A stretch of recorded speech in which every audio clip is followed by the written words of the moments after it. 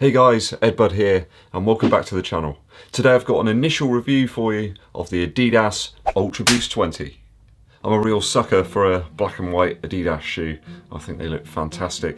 I think it kind of takes me back to when I was younger, wearing the Adidas Sambas, playing football in the school playground, endless summer nights, you know, kicking the ball around. Good times. Anyway, no time to reminisce, let's get to it. So I ran hundreds of miles in my original Adidas UltraBoosts, the version 4s from 2018. Really love that shoe, really good for nice slower pace miles, very cushioned, very comfortable shoe on foot. And I've purchased the UltraBoost 20 here, hoping that I get a similar experience. I have to say I've purchased these with my own money. Nobody sent me these for review or anything like that. I have bought them myself and managed to get them for a really great price as well, due to some discount. So it's cost me just over £100 for this new running shoe from Adidas. I was really impressed actually buying them directly from Adidas. Bought them on Boxing Day of 2019 and they arrived the next day.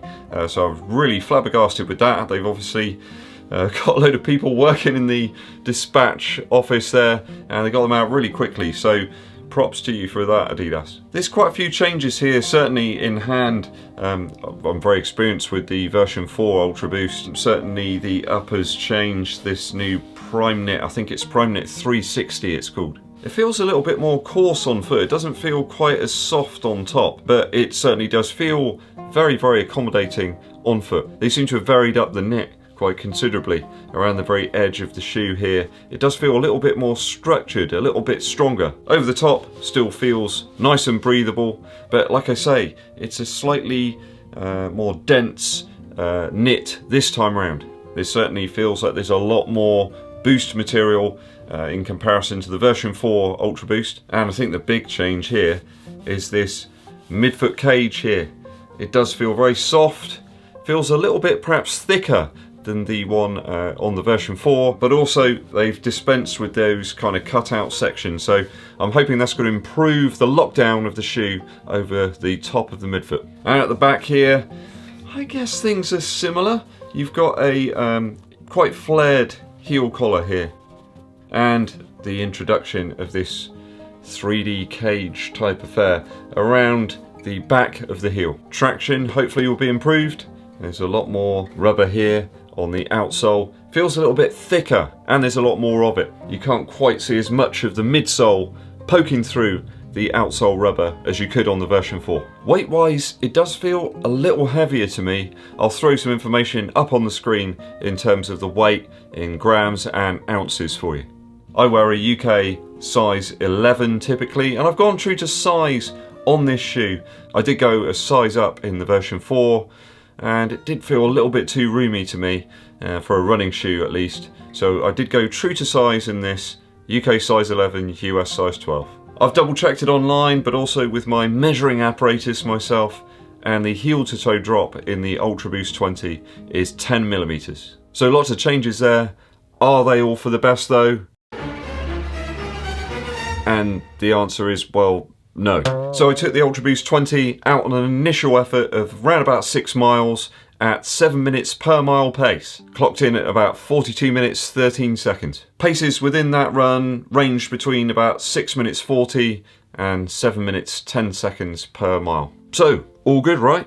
Well, no, around about mile 3 of that initial run, I experienced some serious pain in my heel around about this area of the shoe. So if I hold this up here, just underneath the top section of the cage here, so around about this area, it was enough for me to stop and actually kind of have a look really at what was happening to my foot. Felt great the first couple of miles. I was flying. It felt really, really good. It invoked a lot of memories I had of running in the UltraBoost version 4 back in 2018. It slowly started to manifest itself, this pain, in the other foot as well, in the same area. And on conclusion of my run, on inspection of both heels, I had some really bad blistering there in that area of the heel. I'll throw a couple of pictures up on the screen for you. If you are squeamish, I would recommend turning away right now. So that blistering was just above the ball of my foot really, on the outer side of the heel. I've got to be honest, it really did hurt quite considerably. On discussion after a run on Strava, online with a few local runners. I did find Mark Powell as well. He'd had some similar problems in the UltraBoost 19. Basically the exact same issue in the exact same place. So I'm going to talk a bit more on that later on. Aside from that showstopper, I really did love the feel of the shoe on the foot. It did feel great around the toe box area. My toes just had decent room.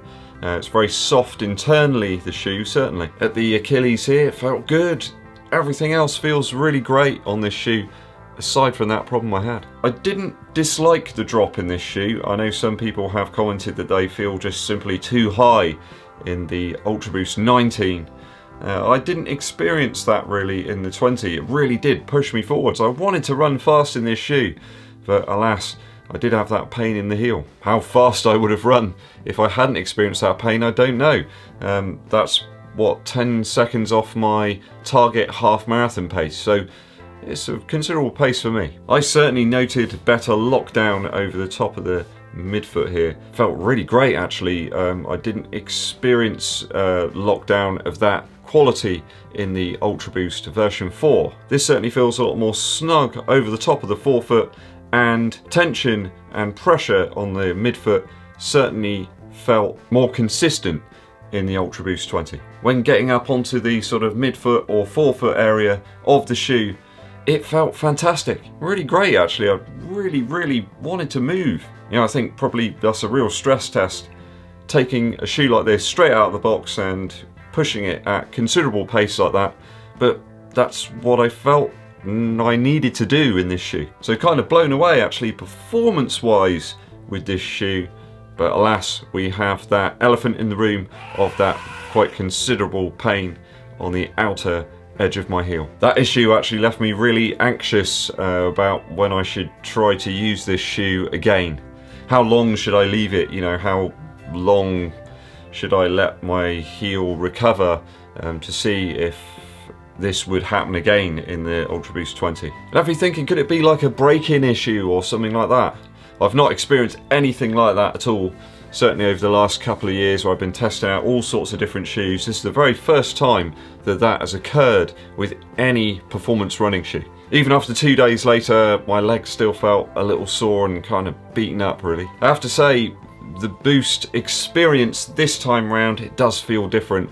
There's a lot more boost there than in the UltraBoost version 4. I think perhaps other companies are catching Adidas up now in terms of their cushioning. I think Boost perhaps just isn't that soft a material anymore. You've got Fresh Foam, you've got React, Zoom X, New Balance's Fuel Cell material. You know, those other companies are catching you up, Adidas. So certainly I don't feel that that Boost material is anywhere near as forgiving as some of those other materials that I've just mentioned. Certainly now we move into 2020. Still feels so futuristic that. 2020. I live in 2020. Surely I should have a spacesuit and hoverboards and dehydrated meals. Oh yeah, we have those already. So the following day, to try and recover and sort of see where I was really, I pulled out the New Balance beacons again. It's been some time actually since I utilised the beacons, and it reminded me of lots of things. Firstly, how comfortable and simple they are. Really accommodating in the toe box, nice and cushioned around the heel collar. It reminded me of bright summer sun, sweet warm breezes, birds in the trees, squirrels prancing along the fence.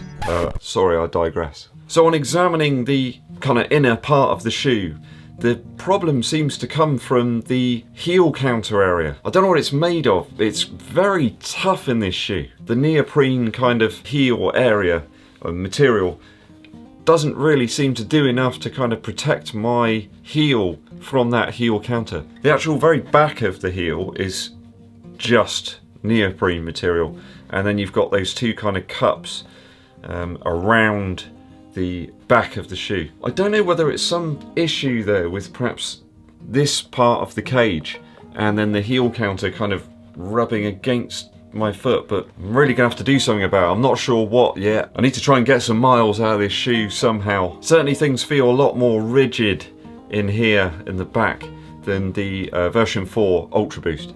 It's just far too rigid there for me. That side, I don't think it is the 3D heel frame here causing the problem. I'm pretty sure it's the counter inside the shoe. Maybe if I sort of work it a little bit, that's what it kind of feels it needs, just for me to work this section of the shoe a little bit and loosen it up. Where the blistering occurred, it was considerably lower than this section of the heel frame, kind of round about this area here, smack bang in the middle of the frame. So I've experimented already with some different insoles, perhaps seeing if the Adidas supplied insole was the problem. I have noticed that they do curve up quite considerably. I thought maybe that's the issue. It's kind of pushing my heel up, or perhaps the heel's even rubbing on this outer portion of the insole. The insoles are kind of odd. They feel quite cushioned, but they're not really. Kind of like a cellular kind of structure. Lots of squares there of cushioning. So I tried a couple of different insoles I had lying around, tested those out. These ones from my Fuel Cell Rebels that I took out, which don't do an awful lot and are still very curved actually, perhaps even more curved than the Adidas ones. And I also tried out some from the Pegasus 35s actually that I had. They aren't anywhere near as curved and a little bit more cushioned. But alas, that didn't seem to make much of a difference once I placed them inside and tried walking around in them and just sort of jogging on the spot.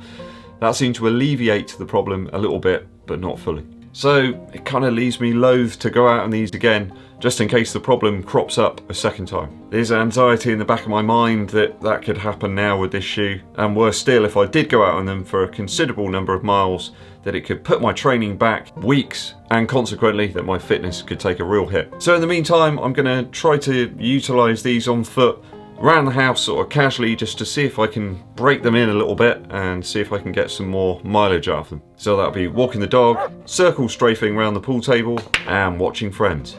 But I'm certainly not going to give up on my Prime Knit 360 and Continental Rubber outsole friends. Just yet, at least. So if you've worn the UltraBoost 20 and you've got any comments, you've got any opinions, please place them in the comments below. I'll be really keen to see if anybody else has had similar issues.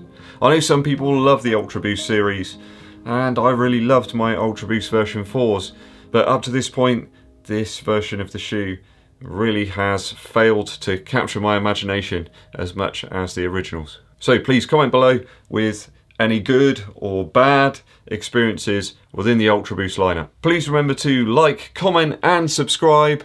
Share the video with your friends. My name's EDDBUD and I'll be seeing you.